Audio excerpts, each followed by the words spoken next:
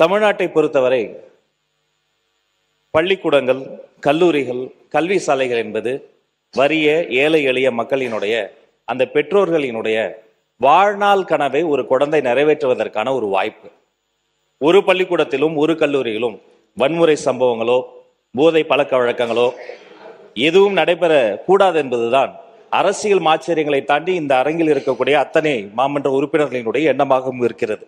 அதே சமயம் இந்த சம்பந்தப்பட்ட அந்த கோவை வழக்காக இருக்கட்டும், திருவற்றூரில் பாதிக்கப்பட்ட அந்த குழந்தையினுடைய வீடாக இருக்கட்டும், பாதிக்கப்பட்ட ஒவ்வொரு குழந்தையும் எங்கள் குழந்தை. பறி கொடுத்திருக்கிற ஒவ்வொரு குடும்பமும் அவர்களின் பரிதவிப்பு எங்கள் பரிதவிப்பு. அவர்களுக்கு வந்திருக்கக்கூடிய இழப்பு ஈடு செய்ய முடியாத இழப்பு. முதல் விஷயம், அந்த குடும்பத்திற்கு தேவைப்படக்கூடிய முழுமையான நேர்மையான போலீஸ் விசாரணை. எந்த சார்பு தன்மையும் இல்லாமல், அரசியல் தலையீடு இல்லாமல் நேர்மையான முறையில் போலீஸ் விசாரணை நடைபெற வேண்டும் என மாண்புமிகு முதல்வர் அவர்களின் உத்தரவுக்கிணங்க காவல்துறையை நாங்கள் வலியுறுத்தி இருக்கிறோம். 2, அந்த பரிதவித்து மிகப்பெரிய சோகத்தில் ஆழ்ந்திருக்கிற அந்த குடும்பத்தினுடைய துன்பத்தில் நாங்கள் பங்கெடுக்கிறோம், துயரத்தில் துணை நிற்கிறோம்.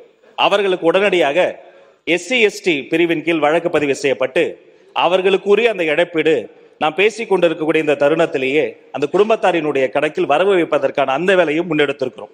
மேலும் அவர்களுக்கு தேவைப்படுகிற அனைத்து வகையான உதவிகளும், எத்தனை உதவிகள் செய்தாலும் அந்த ஒரு குழந்தை செல்வத்தினுடைய விலை மதிப்பில்லாத உயிருக்கு ஈடு இணை ஆகாது. இருந்த போதும் அந்த குடும்பம் தேவைப்படுகிற அத்தனை உதவிகளும், குடும்பத்தில் ஒருவருக்கு அரசு வேலை, அவர்களுக்கு ஒரு பாதுகாப்பு, நேர்மையான விசாரணை.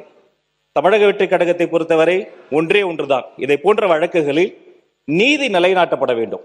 அதில் என்ன இருக்கிறது? உண்மையில் அங்கு குழு மோதலா, ஒருவேளை போதை பழக்கம் இருக்கிறதா, வேறு ஏதேனும் சமூக விரோதிகள் இந்த மாணவர்களை ஆட்டுவிக்கிறார்களா, அங்க இருக்கக்கூடிய ஆசிரியர்களினுடைய உண்மைத்தன்மை என்ன, கல்லூரிகளில் இதற்கு முன்பு ஏதேனும் சண்டைகள் வன்முறை சம்பவங்கள் நடந்தால் அதனுடைய வரலாறு என்ன, இனி இதை போல் நடக்காமல் இருப்பதற்கு என்ன செய்வது என்பதில் முழுமையான நேர்மையான விசாரணை நடக்க வேண்டும் என்பதில் எங்களுக்கு மாற்று கருத்தே இல்லை.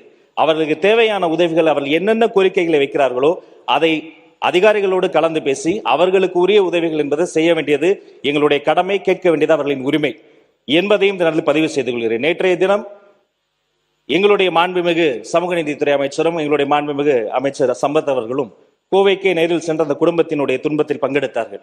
நேற்றைய தினம் பள்ளிக்கல்வித்துறை அமைச்சராக நானும், அன்பிற்கினி சகோதரர் மாண்புமிகு பொதுப்பணித்துறை அமைச்சர் ஆதவ் அவர்களும் திருவற்றூர் வீட்டிற்கே நேரில் சென்று அந்த தாயின் கரம் பிடித்து, தந்தையின் கைப்பிடித்து அவர்களினுடைய துன்பத்தை ஈடு இணை செய்ய முடியாத ஒரு மிகப்பெரிய இழப்பிற்கு எங்களுடைய ஆறுதலை தெரிவித்தோம். மேலும் திருவற்றூர் சம்பவத்தை பொறுத்த வரைக்கும் அந்த குழந்தை தனுஷ், சின்னஞ்சிறு சிறுவன், அந்த குழந்தையின் மீது தாக்குதல் சம்பவம் நடத்திய அவர்களும் சிறுவர்கள். அந்த வழக்கில் ஒருவரை தவிர அத்தனை பேருமே மைனராகவும் இருக்கிறாங்க. அப்ப இந்த பிரச்சனையை பார்க்கிற பொழுது மிகவும் வேதனையாக இருக்கிறது.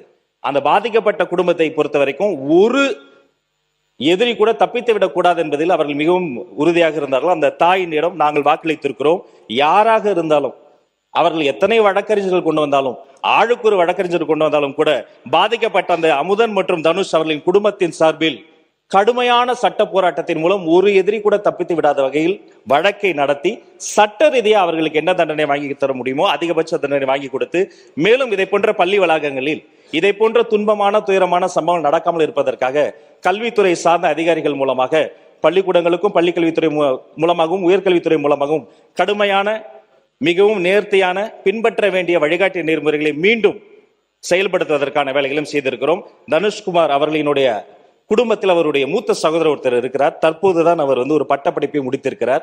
அந்த அன்பு சகோதரருக்கும் அந்த குடும்பத்தின் சார்பில், பாதிக்கப்பட்ட அந்த குடும்பத்தின் சார்பில் அந்த அன்பு சகோதரருக்கு ஒரு அரசு வேலையும் தர வேண்டும் என்று முடிவு செய்து மாண்புமிகு முதல்வர்களினுடைய அனுமதியோடு அந்த குடும்பத்திற்கு ஒரு அரசு வேலை SC/ST பிரிவின் கீழ் உடனடியாக இன்றைய தினம் 6 லட்சம், மறுபடியும் மிச்சம் இருக்கக்கூடிய 6 லட்சம், அது மட்டும் இல்லாது தனுஷ் அவர்களினுடைய தாய் தந்தையருக்கு 2 வகையான ஓய்வூதியம் சேர்த்து கிட்டத்தட்ட சற்று மாதந்தோறும் 8000 ரூபாய் ஓய்வூதியம் கிடைப்பதற்கான அனைத்து வேலைகளையும் தங்கு தடையின்றி இரவு பகலாக செய்து முடித்து விட்டுதான் இந்த சட்டமன்றத்துக்கு வந்திருக்கிறோம். இனி இப்படி ஒரு சமூகம் நடைபெற வேண்டாம் என்பதுதான் எங்களுடைய நிலைப்பாடு என்பதை தெரிவித்துக் கொள்கிறேன்.